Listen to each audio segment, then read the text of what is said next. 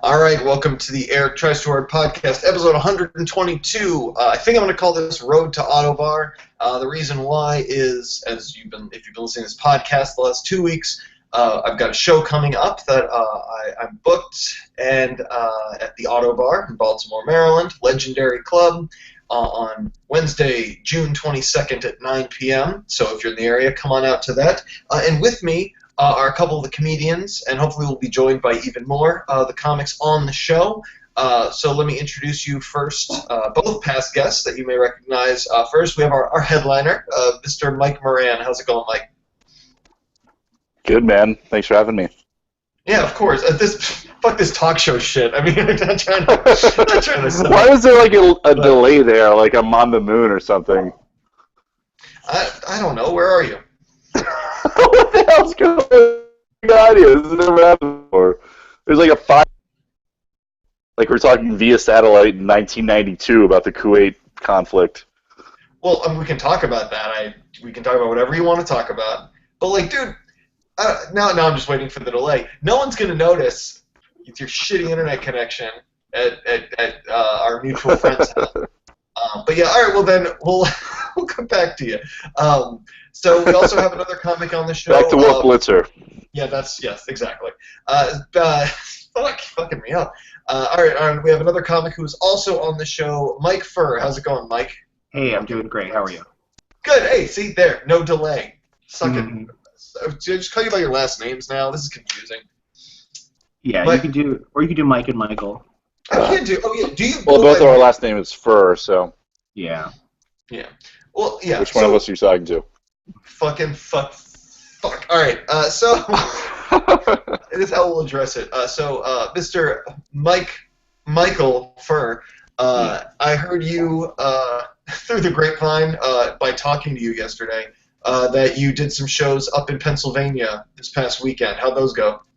Yeah, it was really great. I did the Midtown Scholar in Harrisburg, Pennsylvania, and it was actually really, really fun. It was a really good room. I didn't know what to expect, but it was a really good crowd, and they had great energy, and they were really down to laugh, and it was a really good night, actually.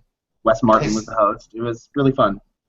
That's really cool because, like, my wife's from that area, and so, like, I know what the area is like. And just hearing, I've heard like horror stories about shows in Harrisburg at like bars and stuff from other comics who are just like, yeah, I did Harrisburg, it was terrible. And you seem to have a much better. Do you think that was experience? Do you think that was because of the venue you played, or like, I don't know?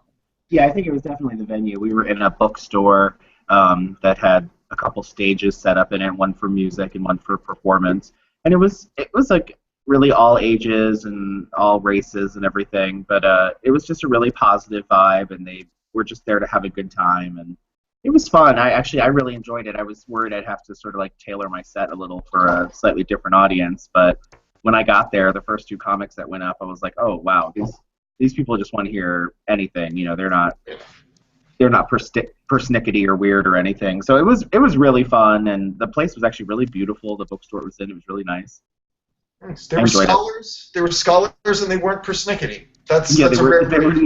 They were not persnickety, and actually, you know, some of them were just wandered in, you know, because this was the thing that was going on in their block today, and they seemed to have a great time. That's awesome. That's what I found playing in punk bands was like you'd play in the city where you'd expect to draw a better crowd, and nobody shows up because there's a million things to do, and then you play a show in the middle of the woods in somebody's parents' house, and the place is packed with kids who want to go crazy because there's nothing else. It's beautiful. Yeah, it was fun, and they all tipped really well. Nice. Oh, that's good. You have a little jar in front? Yeah, we had a tip jar for all the comics. That's pretty nice. Good. Maybe that's the way to do it. I was gonna say that's what there was, and I mean this. We're gonna end up charging at the door for this other show, but there's another show I'm booking right now where we have to pay a little bit to rent the room, and that's cool. But I wanted to like encourage more people to come because it's the first time I'd be doing a show there, and so I was thinking like, why wouldn't we just make it free and put a tip jar up front? Now that I know that that's a possibility, I think it's based on the venue. That's pretty cool. Okay, so Mike Moran. Now, yes. what have you been up to lately? Michael Furr Moran. God damn it. This is great for an audio medium to continue confusing people, especially because you both sound like you're talking through your phones, right?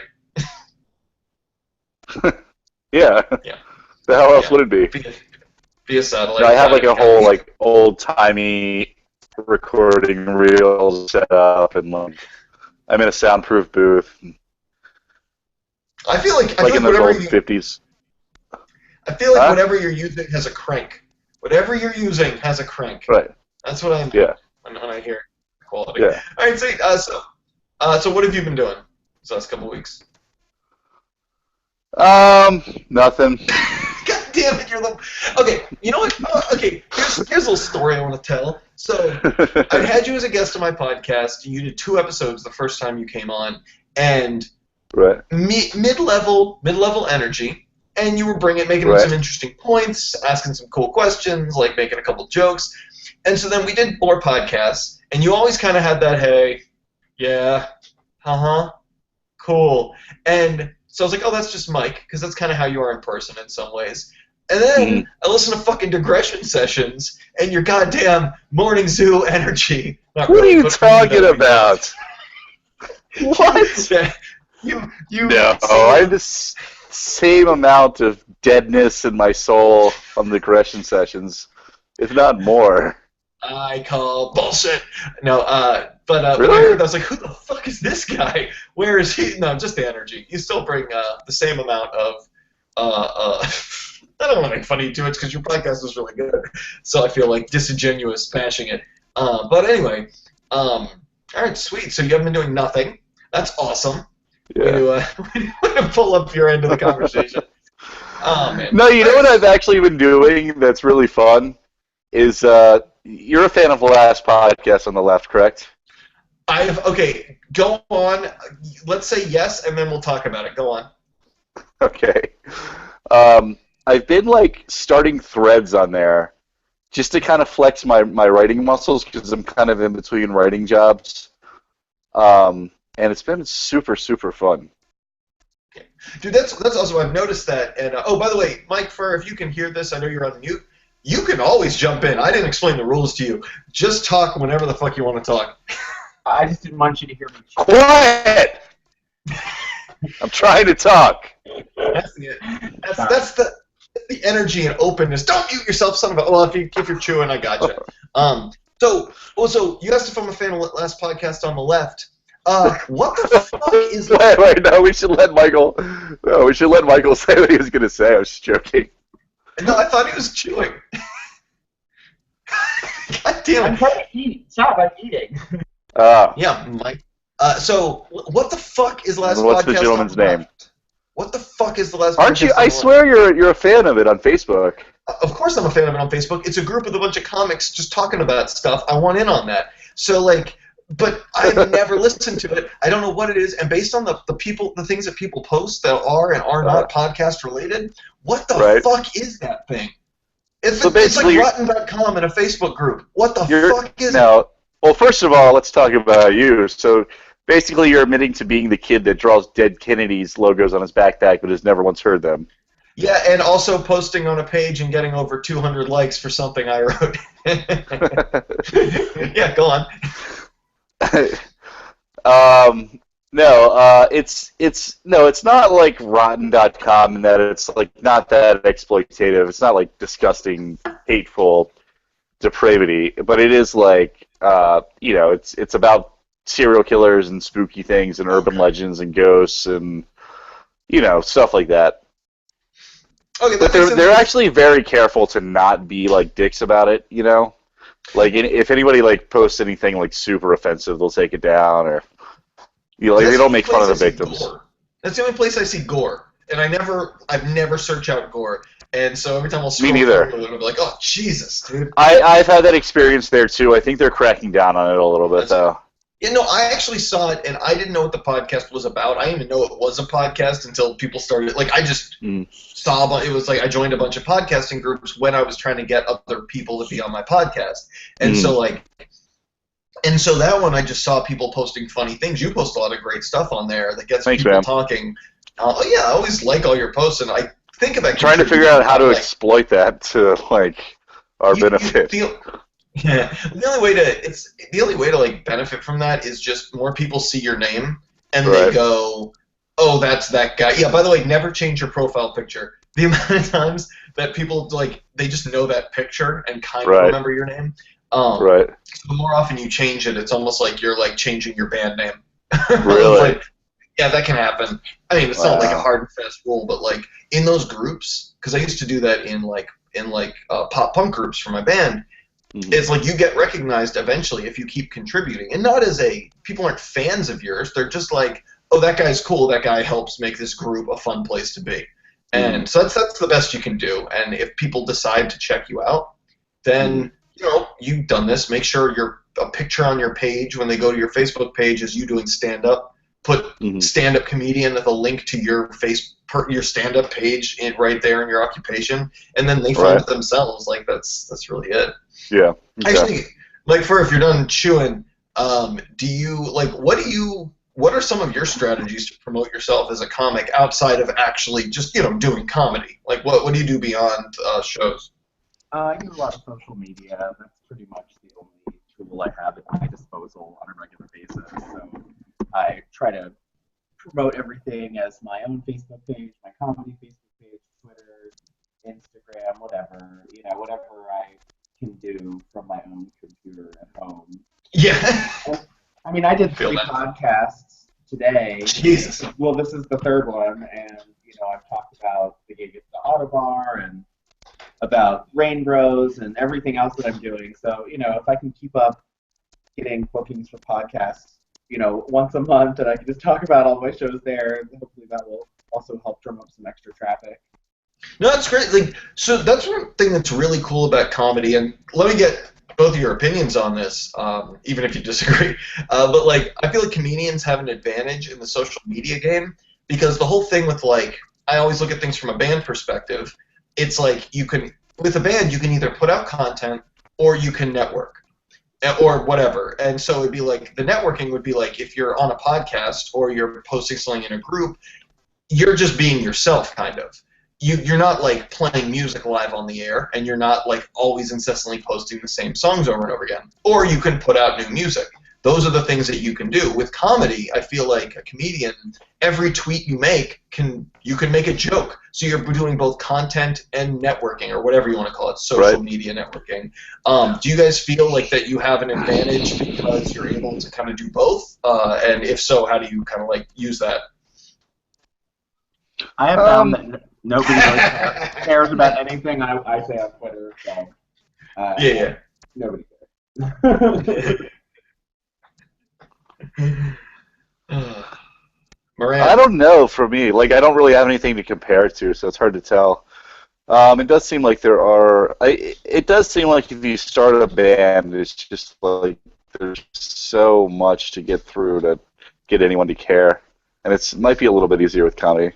But I do kind of think we should focus more on, like you said, like getting like if you post something on social media, it can be a joke, and people just like the joke, and then they link to the show or whatever.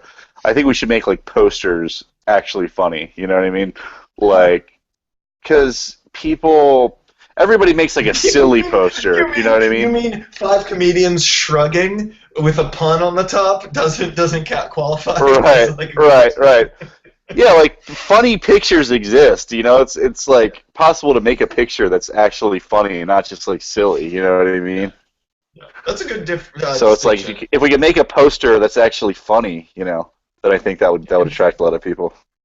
And now that I've just, I barely dipped my toe in the game, but like, now that I'm doing comedy, it's like, it's funny because I still have such fresh memories of looking at everything from the perspective of someone who's never done it, has no idea what goes on outside of what an outsider sees.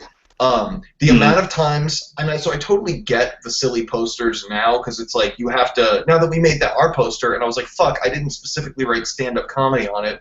Therefore, it's still possibly up in the air what it is, unless we put it, that's why we put it on the website and on the Facebook event, it's comedy. But, like, I feel like so people go, oh, we have to look silly, so people know that this is comedy, not a band, not a this, not a that. But like from an outsider perspective, you see that, and it is the most eye-rolling thing ever, including, by the way, like bad puns. Holy shit! The amount of like what I have to assume is ironic names of like improv groups. That, Right. They don't. The irony does not shine through, like to an outsider. Right. Yeah, right now, Jesus. Yeah. Rain Bros is a solid name, though. I'm talking more like. I'm trying to think of one that none of us know personally. It's only like sort of pun, and it's it's pretty bad. It was literally when I was coming up with the name for the show a year ago. I was like, oh, what should I call it? And John Stonebreaker's suggestion was call it Michael Fur is a fag, but do F-A-G, funny ass guy. And I was like, Michael Fur is a fag. And then I was like, I don't necessarily want that on a poster. I don't think, Although I thought it was a great idea, I was like, that's actually pretty good. But so I went with Rain Bros, thinking I'll have all the gay comics, and then I have because it's just me. Yeah, I was gonna say like you run out pretty quickly, and you're like, ah, shit. All right, Like, what's everybody else doing? Me and Sam. So I this is just for me, and maybe this can kind of like expand into a bigger conversation. Because one of the best like pieces of feedback that I've got from comedians who listen to this podcast, now that I've had all these comics on, they're so much more interested in like. I know it's almost like hacky to be like, let's talk about a craft or whatever, but I don't mean like with like making jokes. I think people have found it interesting to kind of talk about like what goes on in the life of an open micer or someone like putting on shows or whatever. So I want to get your feedback on this, both for me and because people seem to find this kind of stuff interesting.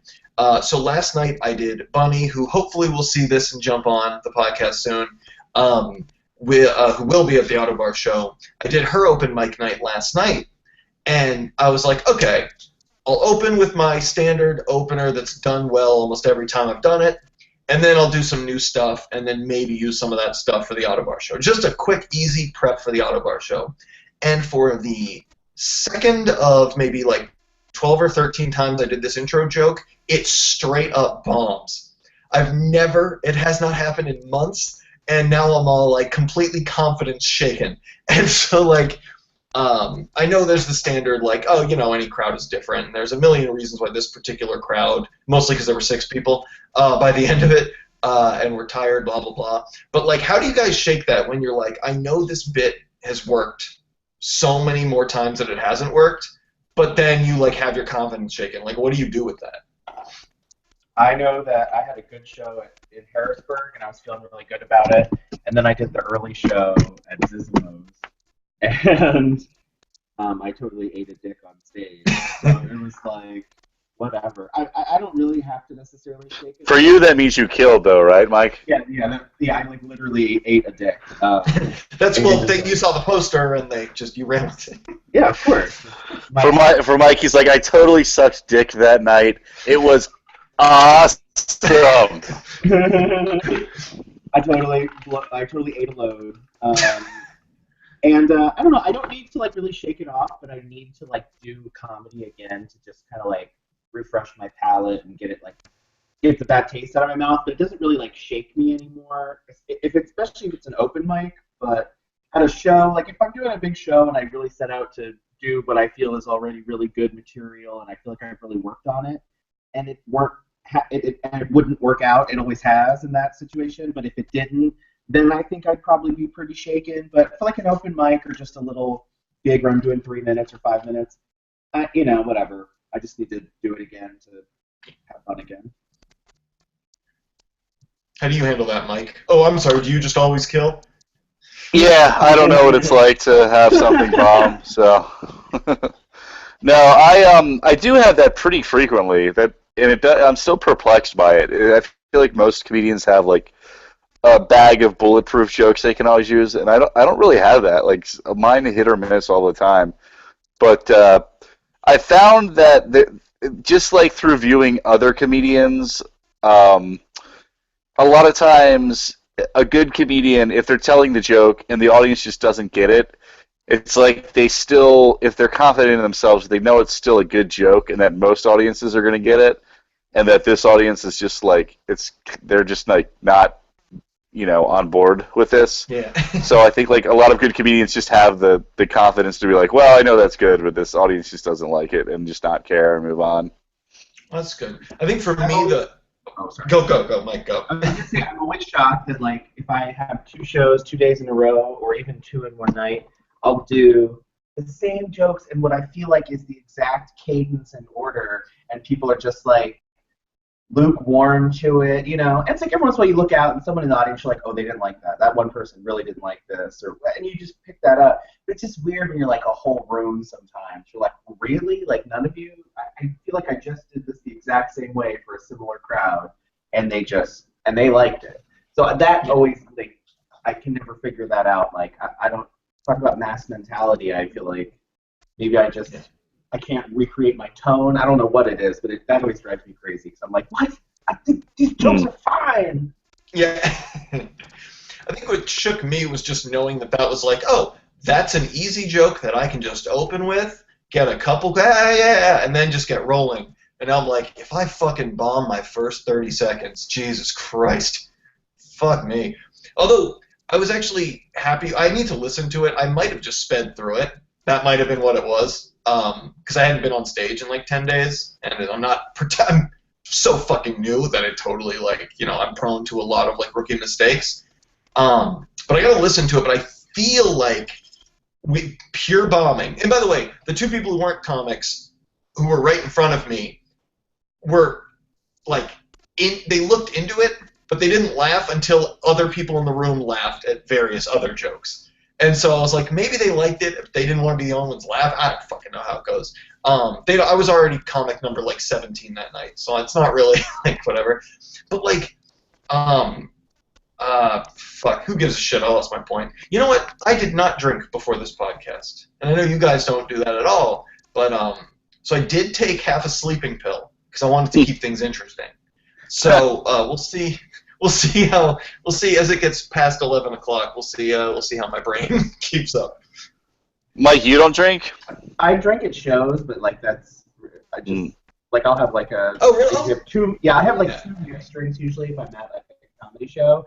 But like I never drink at home. I don't drink at a restaurant. I don't particularly like drinking very much. I used to drink a lot just to get really drunk. But when I'm at a show, I feel like it helps kind of like loosen up and be a little social, and it's just sort of fun. I don't know why I always drink at the show, and it's not like out of nerves or anything. It just I don't know. It just feels right. Well, so Mike, that's my bad. I remembered stuff we talked about on the episode of the podcast that you were on, and I think I just like put that in my head of like, oh, Mike doesn't drink, because you might have been like, I don't drink much, and I go, oh, that doesn't count as drinking, I guess. But then I stood next to you while we both had drinks last night, and I still was like, well, Mike doesn't drink. Yeah. Fucking idiot. What's wrong with my brain? Yeah. No, I got cleaned off of drugs, but then I kept smoking pot and drinking because, I'm so exactly, yeah. Super good. There was I forget, some comedian was telling all these crazy stories. I want to say I was on an episode of Doug Loves Movies where they never ended up talking about movies, and he was telling all these, or maybe somebody else, who gives a shit, but he was telling all these stories about I was so hammered and I did this crazy thing and I got arrested for this and this other time I was hammered, and he's like, oh, I've been drinking like 3 years though. And somebody asked him, oh, how did you quit? And he goes, I smoke a tiny amount of pot. And that's it. And that quit is all of his drinking. Every bit of destructive drinking. He's like, no, it turns out I just have to take like a hit, and I'm set. I don't know. Wow. Wow, man. Wow. Actually, yeah, because, okay, so, Mike Furr, you were there last night. I don't know if you were there for the set. I know people were coming in and out. Do you have any feedback for me on what you heard last night? You can be as brutal as possible. I have no shits that I give about public receiving feedback. I just had a hard time hearing you because everybody was pretty rowdy at that point. Yeah, I guess like, that might have been so. Well, what I heard from the stage part of the show was dead silent. But I did feel like, but the one thing I was happy about was, I think, I gotta listen to it, but I think I've been getting better with pacing, because I get so nervous when a joke isn't landing that I expected to land, which is just a bad rookie habit. But then I start, speeding up, because it's almost like a half, like, I need to get to the next laugh quickly, and that just makes for shitty comedy. I could be wrong about that, but well, I think it's hard to when you are like 17th comic of the night and it's really late and the audience is not paying attention.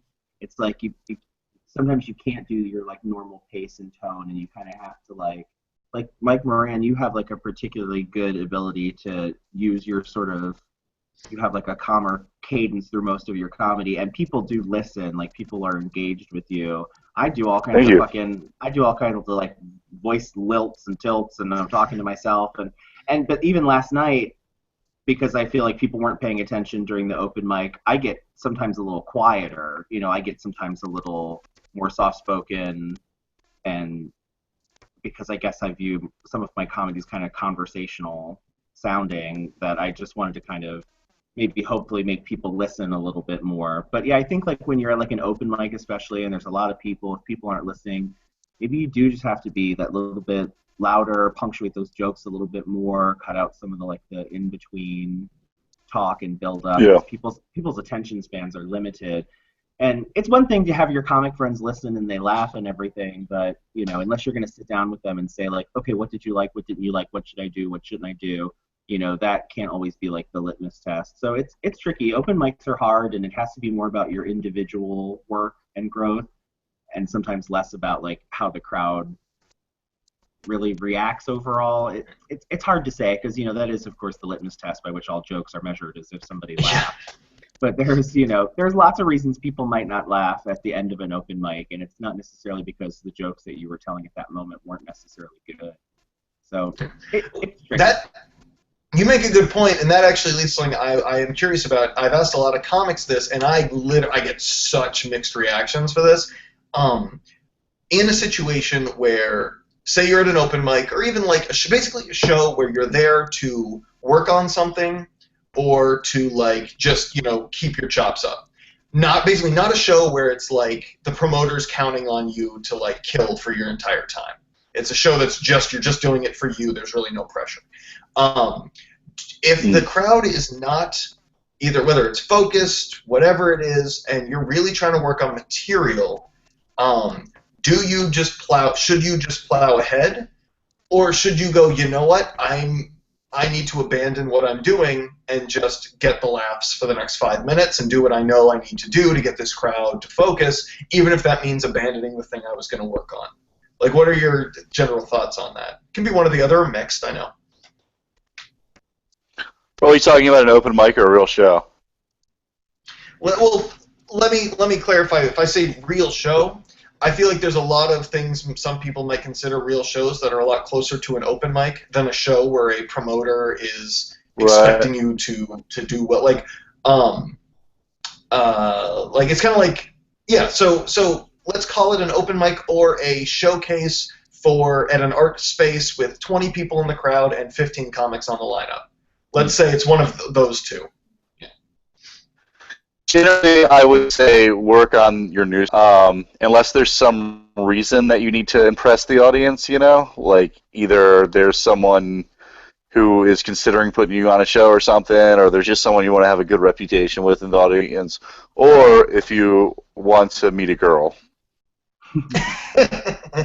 I also think too, even if it's a show where I feel like, oh, I'm just going to do some new stuff tonight, and I think it'll be good, and then I'll tell a couple of my good jokes that I know will do well.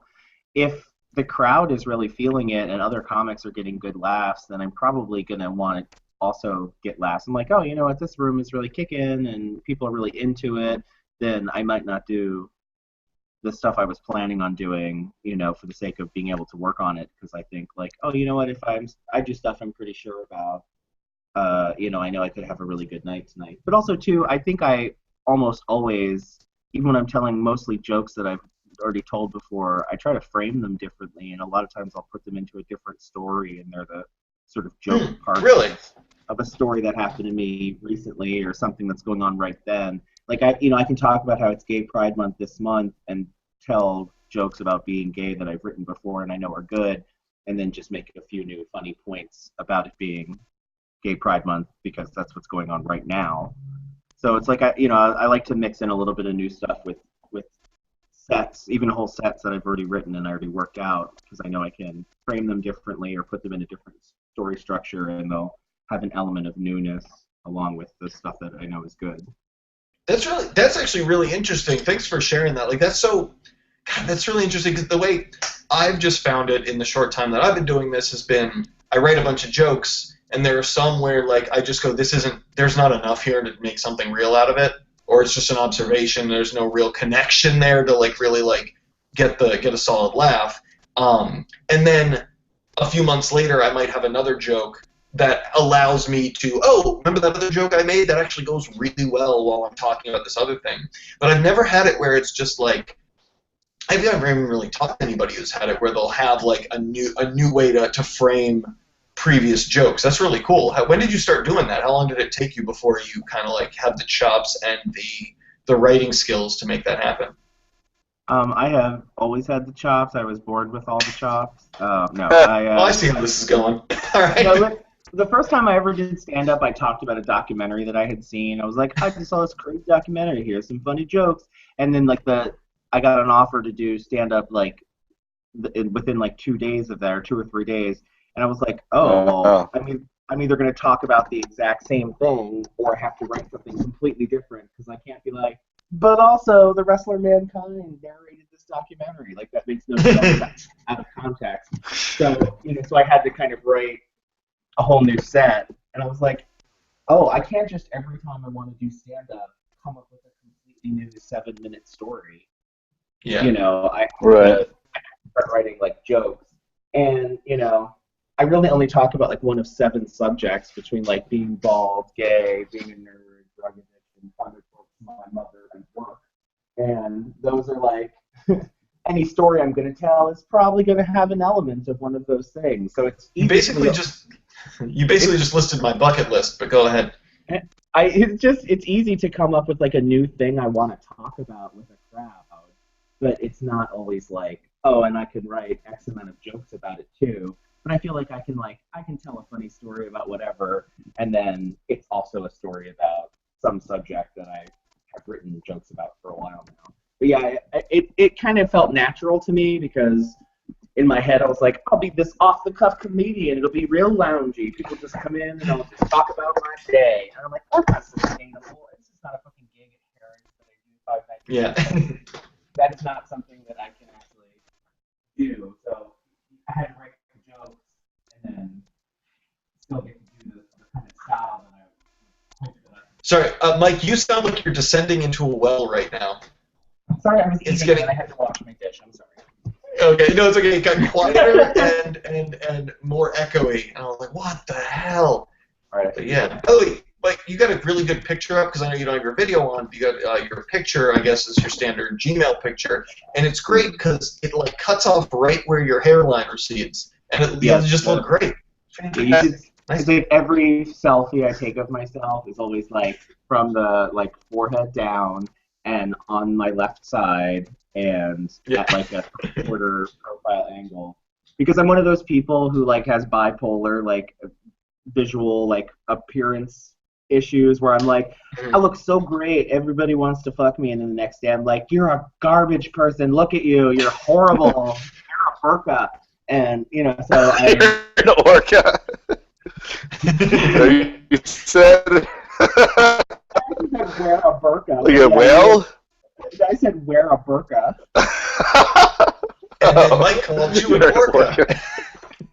But orca's good too. I feel pretty orca. Guys, my phone's dying. Oh. You were the most prepared person I've ever met. Well, let me ask you. Okay, so let's while we still got you, because we'll wrap up in a little bit. It looks like our other guests, unfortunately, won't be able to make it. If they happen to, that's great because they've seen this for a while now. If they don't join us, that's okay. I'll only take it personally forever. But so first, Mike Moran, in case your phone dies, do you have any, let's say I am a human being person who is unsure, who's for some reason watched this the whole way through and is still unsure about coming to the Ottobar show. Tell us something interesting or entertaining about your life that, such a lame fucking question, but don't sell the show, just sell yourself. Baby. What? This is a pretty tall order, Eric. Like, Yep. convince someone who's on the fence about going to your show to go to your show, but don't talk about the show. Okay, Mike. Subliminally. That person is me. That person is me. Sell me. Tell me something funny. That's what I'm saying. Tell me a funny story. All right, listen to me, Eric.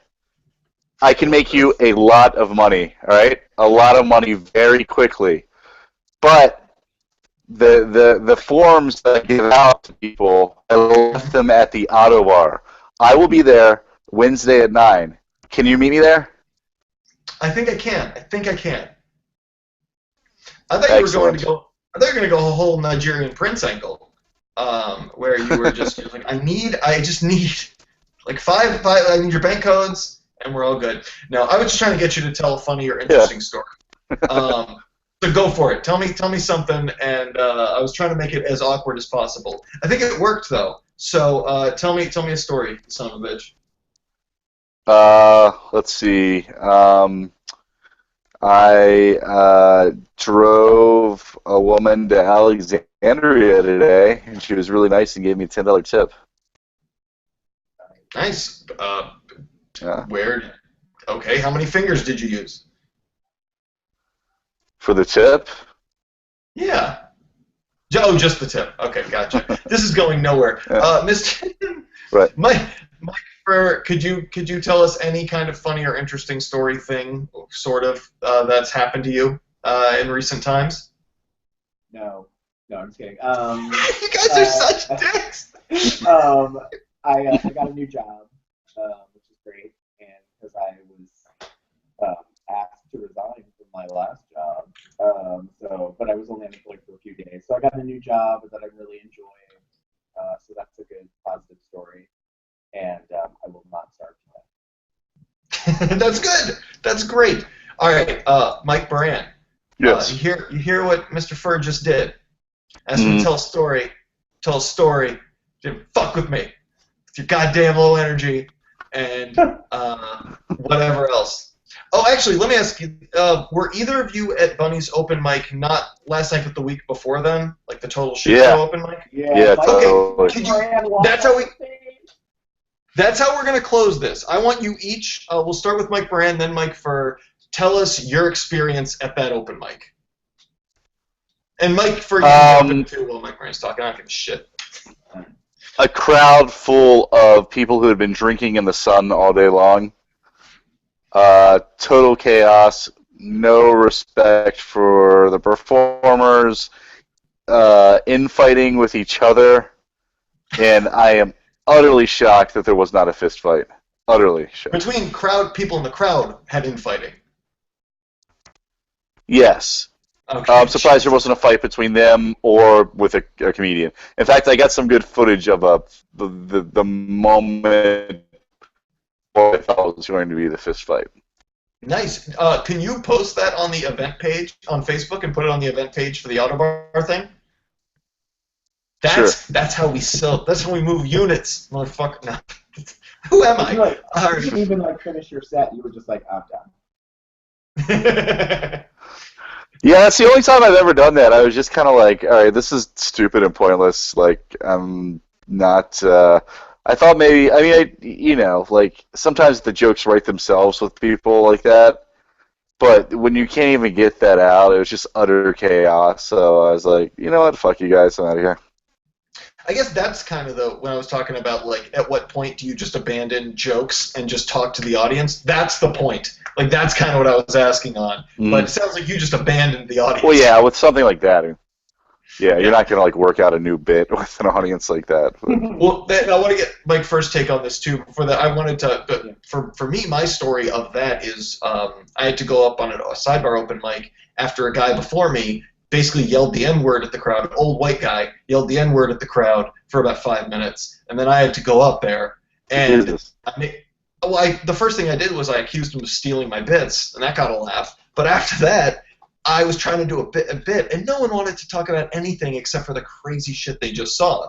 And it was like and if I were to go back in time, I would just go, oh, I'm just gonna rip on this guy for 5 minutes. He fucked up my chances of having a good set. I might as well just like use what I got. Right. But I've told comics that, and they've been like, no, you do your bits. And I've had others who are like, you're exactly right. You should just rip on the guy. So anyway, Mike, tell me, how'd you handle the show? Well, actually, I was actually in the early show there. I was actually hosted the 8 o'clock show that same night. And when we got there, there were other drunken people there, and there were all these big dudes, these big, like, drunken douchebag dudes, and they were, like, running up on the stage and, like, oh, comedian, like, talking into the mic and shit. So I was a little like, oh, great, we're going to have to deal with this. And by the time the show started, most of them had left, but a lot of the drunk people who were there for the open mic had started to file in. So whatever, I just got through the early show. But for the open mic, everybody was really drunk and disorderly when I went up. And I just got kind of quiet and was just kind of really talking personally to the couple people in the audience who were listening. And they were like talking back to me and stuff. And I remember it was funny, myself, Violet Gray, and Wendy Stewart were in the back of the bar before we went up. And we were a little like nervous, and I forget who it was came up to us and was like, oh, don't be nervous, this is going to be great. And the three of us were like, I think the three of us have a slightly different view of like drunken crowds. Like, once you've been chased, you know, like I think you're like, I know that drunken Yahoo sometimes, it's not just a colorful display of excitement for the day, you know. Especially if you're a cross-dresser or something, you know, sometimes it goes awry. Right. But you're just looking for the exits. You're like, all right, how do I go if shit gets bad? Yeah, I was just kind of quiet, and then later one of the drunk ladies was like, yeah, you're pretty funny, baby, but you got to come a little harder or no one's ever going to listen to you.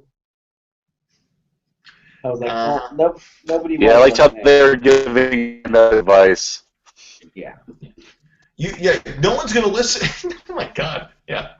I was like, well, you weren't listening, so I'm not going to try to speak over you. There's like 12 of you. I'm just going to get quiet and then be done. Yeah. I feel like that should. Now I'm so bummed that, I mean, I was out of town that weekend anyway, but I'm so bummed that I didn't go because now it's like I've heard this story from maybe so far between Facebook and in person and the podcast about 6 different people who were there. And I feel like everyone has their own. It's like, I forget what that movie was. It's like it was somewhere. It was like there's some like terrorist thing, and everybody viewed it from different angles, and the whole movie is going from person to person. That's what this show is like. This show was basically a war zone, and everybody has their own like battle scarred perception of it. And I feel like that's pretty cool to have for a scene where everyone can kind of go, oh, you should have been there. That was crazy. It's just unfortunate because the people were being. You know, through the whole thing, they thought they were funnier, and they were just trying to be louder, and they were talking back, and it just that kind of energy can just go on in the show, I would think, and it's not going to be a big deal. But just the whole vibe of it was very sort of, I don't know, adversarial or combative or something. You know, it just felt a little aggressive. So I think people were just in like a unhappy place, but I don't know, whatever. Hunfest, fuck Hunfest. Is that why? Okay, gotcha. I was gonna say, I knew there was a reason why you had that crowd.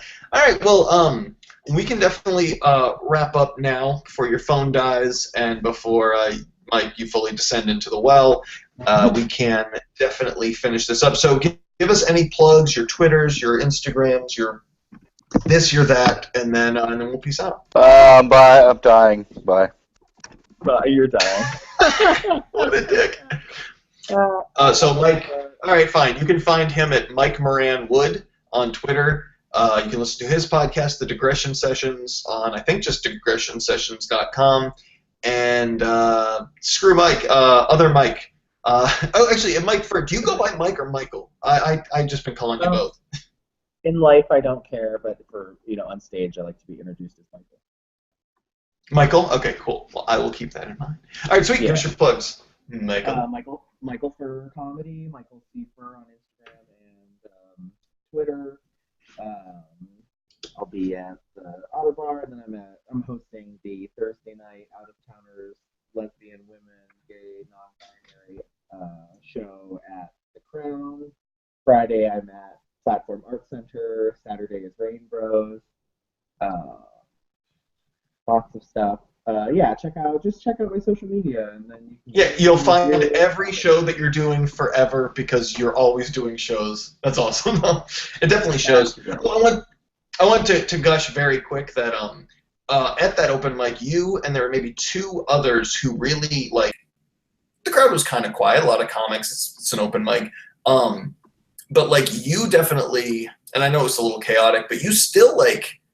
I don't know, you brought that energy that definitely got people listening and laughing more than, like, you know, you'd expect at a standard open mic. And I've seen you a number of times, and every time I see you, you keep getting better and better.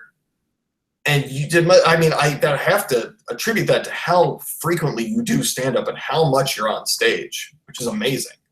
Yeah, I'm lucky. I do a lot of improv too, so it's really good to be on stage and be able to be on stage and flex those muscles without necessarily having to focus or work on material. You know, it's kind of a nice thing to like, I get to work on being funny and having presence and being work on timing in general, but I don't have to like, but what jokes do I want to tell? What do I want to write for tonight? And it was nice too. I wrote a couple new jokes for last night and they did well, so I'll probably keep telling them. Nice. Yeah, I thought the way I mean, it's hard to put together a 5-minute set with story and kind of an arc, and you definitely had that for chunks of it. I was like, oh shit. Like if I didn't know you at all, I would have gotten a lot of you and your experiences just from that 5-minute chunk that I saw, which I think is really important. Nice. Absolutely. Hey, thank you. All right, so you can see both Michael and Mike and also Bunny and Pierre and myself at the Ottobar this Wednesday, June 22nd at 9 p.m. Come on out, and you can sit through my bullshit, and then you can have 4 other people make you laugh. So come on out. All right. Well, Mike, it was good to talk to you, and I will see you on Wednesday, good sir. See you on Wednesday. Bye.